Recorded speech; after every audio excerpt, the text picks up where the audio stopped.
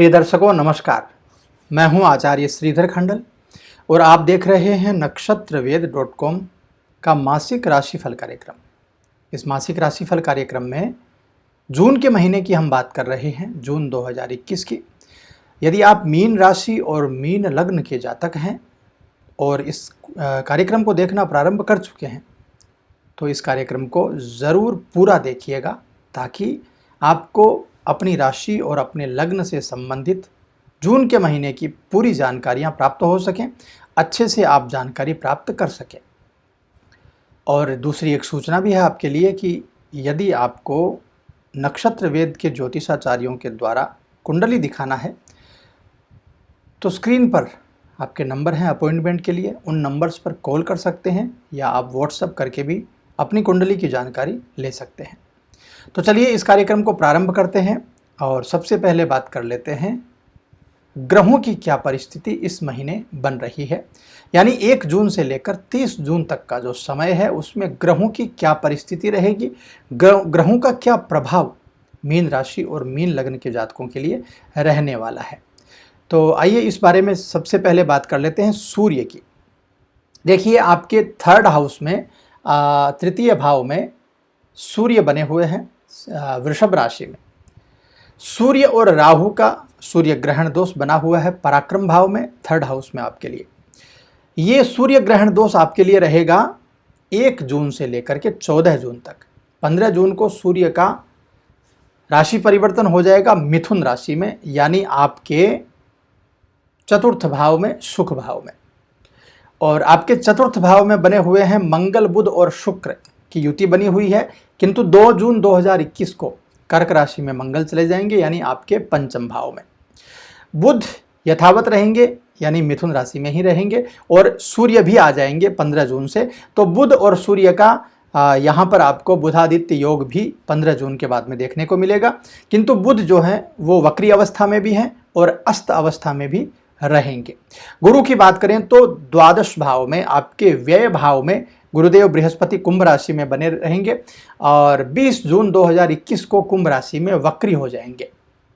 शुक्र की बात करें तो शुक्र जो है वो 1 जून से लेके 21 जून तक का जो समय है उसमें बुध के साथ में, वक्री और अस्त बुध के साथ में 4th भाव में रहेंगे। यहाँ पर शुक्र और बुध का जो संयोग है वो काफ़ी अच्छा घटित होगा आपके लिए। किंतु 22 जून को शुक्र जो है वो कर्क राशि में मंगल के साथ युति करने में चले जाएंगे, यानी आपके 5th भाव में।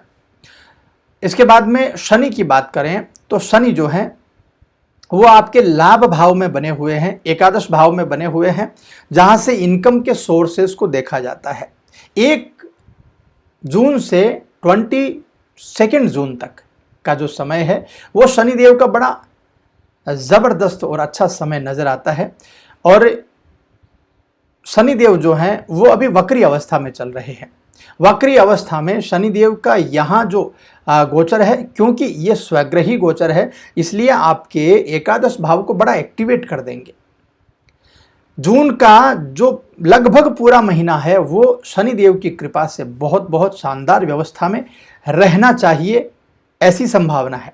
राहु की बात करें तो वृषभ में चल रहे हैं, यानी आपकी राशि और आपके लग्न के हिसाब से राहु पूरे वर्ष लगभग, यानी पूरे वर्ष जब रहेंगे तो इस महीने में भी एक ही स्थान में रहने वाले हैं, और वो स्थान है आपका पराक्रम भाव। पराक्रम भाव में राहु का आना जबरदस्त पराक्रम को पैदा करता है, और केतु के आपके भाग्य स्थान में जाना विदेशों से संबंधित या आयात निर्यात से संबंधित मामले को बड़ा प्यारा बना देता है। भाग्य की वृद्धि के संयोग दिखते हैं। 4th भाव काफ़ी अच्छा बना हुआ है, पराक्रम भाव भी काफ़ी अच्छा बना हुआ है, और एकादश भाव भी बहुत शानदार है। तो कुल मिलाकर के मीन राशि के जातकों के लिए काफ़ी अच्छी व्यवस्थाएं बनी हुई हैं, और इन्हीं ग्रह गोचर के आधार पर हमने आपके लिए पूरा राशिफल बनाया है। तो आइए सबसे पहले बात करते हैं राशिफल में पारिवारिक जीवन के बारे में, क्योंकि परिवार का साथ यदि मिले तो व्यक्ति कुछ भी कर सकता है। किसी का यदि साथ मिले तो व्यक्ति कुछ भी कर सकता है, इसलिए सर्वोपरि हमने पारिवारिक जीवन को रखा है। परिवार में सुख शांति होगी, दाम्पत्य जीवन में सुख शांति होगी, तो व्यापार, नौकरी और पैसा ऑटोमेटिकली आता जाएगा।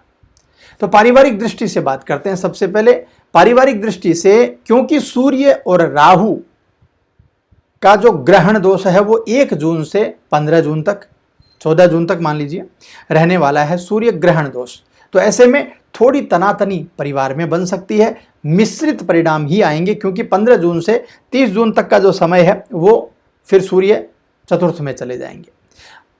तो 1 जून से 14 जून तक का जो समय है वो मिश्रित परिणाम रहेगा, खराब रहेगा और फिर आगे अच्छा रहेगा, यानी मिला जुला आप मान सकते हैं। आपके परिवार वालों के साथ में भरपूर आपकी पटेगी, बहुत अच्छी व्यवस्था रहेगी, विश्वास अच्छा रहेगा, प्रेम अच्छा रहेगा, बड़े की बात छोटा मानेगा और छोटे का लाड दुलार जबरदस्त होगा। लेकिन मिश्रित परिणाम है तो इसमें कुछ संभावनाएं गलत भी होंगी, जैसे प्रॉपर्टी को लेकर के कुछ प्रॉब्लम होना और पिताजी की बातों को लेकर के कोई अनबन हो जाना, पिताजी की बातें चुभ जाना, ऐसी कुछ व्यवस्थाएं भी बन सकती हैं। इसलिए माता पिता का उचित सम्मान कीजिए और उचित आदर पूर्वक उनको प्रणाम कीजिए, ताकि ऐसी कोई व्यवस्था आपके परिवार में नहीं बने। 15 जून को सूर्य आ जाएंगे आपके चतुर्थ भाव में, 4th हाउस में। यहां से माताजी के स्वास्थ्य का थोड़ा सा खराब होने का संकेत आपको मिलेगा, इसलिए माताजी और पिताजी को मानसिक कष्ट बिल्कुल भी आप नहीं दें। यदि वो पहले से बीमार रहती हैं तो डॉक्टर को ज़रूर दिखाएं और माताजी की सेहत को लेकर के व्यवस्थाएं आपको अच्छी रखनी चाहिए, ताकि आपकी पारिवारिक व्यवस्था अच्छी बनी रहे। इसके बाद में व्यापार और नौकरी की बात करते हैं। व्यापारियों के लिए यह महीना जो है वो मानसिक दबाव वाला महीना रहेगा, यानी खर्चा बहुत ज़्यादा और इनकम थोड़ी सी कम रहेगी। ऐसे में कोई नया इन्वेस्टमेंट करने का विचार है तो उसको टाल दीजिए। मन बार बार भटकेगा, इनकम का जो सोर्स है उसमें कहीं ना कहीं थोड़ी सी एक ऐसी व्यवस्था रहेगी जिसमें इनकम बार बार टूट करके आएगी, तो अचानक जो धन लाभ है वो नहीं हो पाएगा और ऐसे में मन थोड़ा सा कमजोर रहेगा। तो अच्छी तरीके से आपके व्यापार में आपको लाभ यदि प्राप्त करना है तो हनुमान जी महाराज की उपासना जरूर कीजिएगा। हनुमान जी की उपासना करके आपके व्यापार के लिए घर से निकलिएगा, आपके लिए अच्छा रहेगा। इसके अलावा यदि कोई योजना बनानी है व्यापार को लेकर के, यदि कोई निर्णय लेना है, कोई विचार विमर्श करना है, तो अपने परिवार के साथ कीजिएगा, किसी बाहर वाले व्यक्ति के साथ बिल्कुल भी मत कीजिएगा। और यदि कोई निर्णय कर रहे हैं तो पूरे परिवार के सदस्यों से विचार विमर्श करके ही कोई निर्णय आपको लेना चाहिए, चाहे वो इन्वेस्टमेंट का निर्णय हो, चाहे वो कर्ज का निर्णय हो। व्यापार में कुछ घाटा होने के संकेत हैं इस समय, इसलिए ज़बरदस्त रूप से ध्यान रखिएगा। और इन्वेस्टमेंट यदि करते हैं या किसी को बड़ा अमाउंट उधार देते हैं, बड़ा माल उधार देते हैं, तो भी ध्यान रख लीजिएगा। और नौकरी वालों की यदि बात करें तो नौकरी वालों के लिए यह महीना काफ़ी अच्छा है, बहुत अच्छा है, शानदार है। बड़े अधिकारियों का, बॉस का फुल सपोर्ट आपको इस समय मिलेगा। आपकी प्रशंसा भी होगी आपके कार्यालय में। यानी कुल मिलाकर के सरकारी नौकरी यदि आप कर रहे हैं तो भी यही व्यवस्था है, प्राइवेट नौकरी यदि आप कर रहे हैं तो भी यही व्यवस्था है। यानी कुल मिलाकर के उन्नति का समय है, आपकी इंक्रीमेंट का समय है, आपकी पदोन्नति का समय है, बहुत बहुत प्यारा समय है। आपकी मेहनत को 100% फायदा मिलेगा, रिजल्ट अच्छा आएगा। शिक्षा और करियर की यदि बात करें विद्यार्थियों के लिए, तो विद्यार्थियों के लिए थोड़ा सा मामला कमजोर बना हुआ है, क्योंकि पढ़ाई पर ध्यान नहीं है। पढ़ाई पर ध्यान बहुत ज़्यादा रखने की ज़रूरत है। यदि नहीं रखते हैं तो फिर आपका मनचाहा परिणाम भी आपको नहीं मिलेगा। इस समय माता पिता को भी थोड़ा सा ध्यान लगाने की ज़रूरत है अपने बच्चों के प्रति। और जो बच्चे उच्च शिक्षा ग्रहण कर रहे हैं, जो इंजीनियरिंग की पढ़ाई कर रहे हैं, MBA कर रहे हैं या MBBS कर रहे हैं, ऐसे जो विद्यार्थी हैं उनको कुछ नए अवसर मिलने की संभावना भी इस समय बढ़ रही है और उनकी रुचि भी पढ़ाई में बढ़ रही है।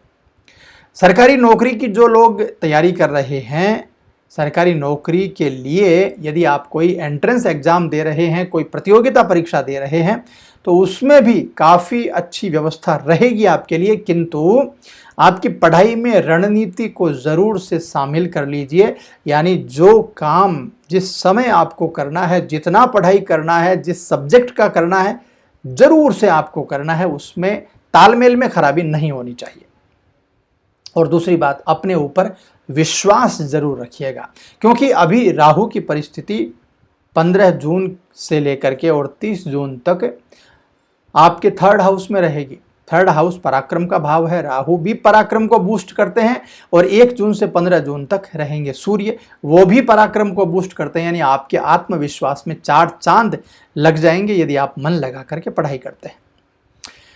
आगे बढ़ते हैं, बात करते हैं आपके प्रेम जीवन के बारे में, आपके वैवाहिक जीवन के बारे में। यदि आप प्रेमी हैं, यानी आप किसी से प्रेम करते हैं, किसी के साथ रिलेशनशिप में हैं और उस प्रेमी के साथ आपका मन मुटाव चल रहा है, कोई झगड़ा चल रहा है, तो इस महीने समाप्त हो जाएगा। इस महीने बहुत अच्छे परिणाम आपके लिए आ जाएंगे। आपके प्रेमी से आपका जो भी मन मुटाव है वो विश्वास में परिवर्तित हो जाएगा, आपका सुलह हो जाएगा और आप वापस से अपने प्रेम जीवन को कंटिन्यू कर पाएंगे। जो जातक विवाहित हैं उनके लिए भी अच्छा समय है। यानी आपके जीवन साथी के प्रति आपका विश्वास बढ़ेगा, प्रेम बढ़ेगा, भविष्य को लेकर के कुछ इन्वेस्टमेंट्स होंगे, कुछ चर्चाएं होंगी और कुल मिलाकर के जीवन साथी के साथ में आपका दाम्पत्य जीवन भी अच्छा रहेगा। जिनका विवाह अभी तक नहीं हुआ है, जिनको कोई जीवन साथी अभी नहीं मिला है, उनको जल्दबाजी नहीं करनी चाहिए इस समय, क्योंकि यदि रिश्ते को लेकर के कोई जल्दबाजी आप करते हैं तो आपका निर्णय गलत हो सकता है। इसलिए थोड़ा सा ध्यान जरूर रखिएगा कि निर्णय आपका खराब न हो, क्योंकि इस समय आपके द्वादश भाव में गुरु की जो उपस्थिति है वो आपसे जल्दबाजी करवाएगी और जल्दबाजी में मन की न सोच करके, यानी आप अपने हृदय से न सोच करके दिमाग से सोचेंगे और ऐसे में आपका निर्णय गलत हो सकता है। इसलिए उस बात का ध्यान रखिएगा। आगे बढ़ते हैं, बात करते हैं स्वास्थ्य की। स्वास्थ्य के लिहाज से यह समय बहुत अच्छा नहीं है, क्योंकि 12th हाउस में 20 जून से 30 जून तक आपके बृहस्पति रहने वाले हैं और वो भी वक्री बृहस्पति।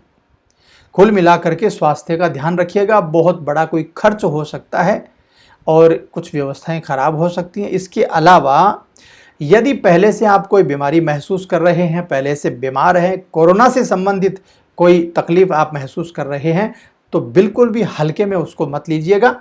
किसी प्रकार की कोई गंभीर बीमारी होने के चांस बन सकते हैं और यदि छोटी मोटी बीमारियां हैं तो उनको कोई ज़्यादा एंटरटेन करने की ज़रूरत आपको नहीं है। मानसिक रूप से बेचैनी भी रह सकती है, इसलिए अपने आप को तरोताज़ा महसूस करने के लिए मॉर्निंग वॉक करिए, योगा करिए, प्राणायाम करिए, जो आप करना चाहते हैं वो करिए। क्रोध से बचना है इस समय, वाद विवाद किसी के साथ नहीं करना है और महीने के अंत में किसी बात को लेकर के परेशानी होती है तो तुरंत, यानी 20 जून से 30 जून के बीच में तुरंत डॉक्टर से संपर्क कीजिएगा। अब आते हैं मेरी सलाह पर। मेरी क्या सलाह है इस समय आपके लिए, यानी इस महीने बहुत ज़्यादा ज़रूरी क्या चीज़ है। यदि आप सोशल मीडिया पर बहुत ज़्यादा सक्रिय रहते हैं और इस महीने किसी अनजान व्यक्ति के साथ वाद विवाद कर लेते हैं, गाली गलौज कर लेते हैं या उससे उलझ जाते हैं, तो यह आपके लिए बिल्कुल भी अच्छा नहीं होगा। इसलिए इस बात का ध्यान रखिए, सोशल मीडिया का उपयोग कम से कम करिए और यदि करते हैं तो ये बात ध्यान रखिए कि किसी के साथ भी उलझने की आवश्यकता नहीं है। अब बता देता हूँ आपको उपाय। भगवान लक्ष्मी नारायण का संयुक्त पूजन करिए। भगवान लक्ष्मी और नारायण का संयुक्त पूजन करिए, क्योंकि इस समय गुरुदेव बृहस्पति बने हुए हैं 12वें हाउस में वक्री अवस्था में और एकादश में शनि जो हैं वो भी वक्री अवस्था में है। तो ऐसे में भगवान नारायण आपके खर्च को कम करें और भगवती लक्ष्मी आपको भरपूर धन उपलब्ध कराएं। दोनों ही व्यवस्था आपकी अच्छी रहेंगी। केले के पेड़ की पूजा कर सकते हैं, केले के पेड़ में जल चढ़ा सकते हैं, गरीबों को केले का दान कर सकते हैं और गाय को पीली रोटी खिला सकते हैं। ये सभी उपाय आप कर सकते हैं और बड़े छोटे छोटे उपाय हैं, इनको आराम से आप कर सकते हैं। तो मित्रों, बहुत सरल भाषा में मैंने समझाने की आपको कोशिश की है। मीन लग्न और मीन राशि के जातकों के लिए यह राशिफल था। यह राशिफल कैसा लगा, कितनी चीज़ें आपके साथ में घटित हुई, क्या फ़ायदा हुआ, क्या चमत्कार हुआ आपके साथ में, मैसेज करके ज़रूर बता दीजिएगा कमेंट बॉक्स में। और यदि आपको अपनी कुंडली से संबंधित कोई जानकारी चाहिए और यदि आप बेंगलोर या कर्नाटक से कहीं से भी बिलोंग करते हैं तो आप बेंगलोर हमारे ऑफिस में आकर के फेस टू फेस हमारे सामने बैठ कर के कुंडली का निष्कर्ष ले सकते हैं। मैं मिलता हूं आपसे नए कार्यक्रम में, तब तक के लिए स्टे ट्यून नक्षत्रवेद.com। ओम नमः शिवाय।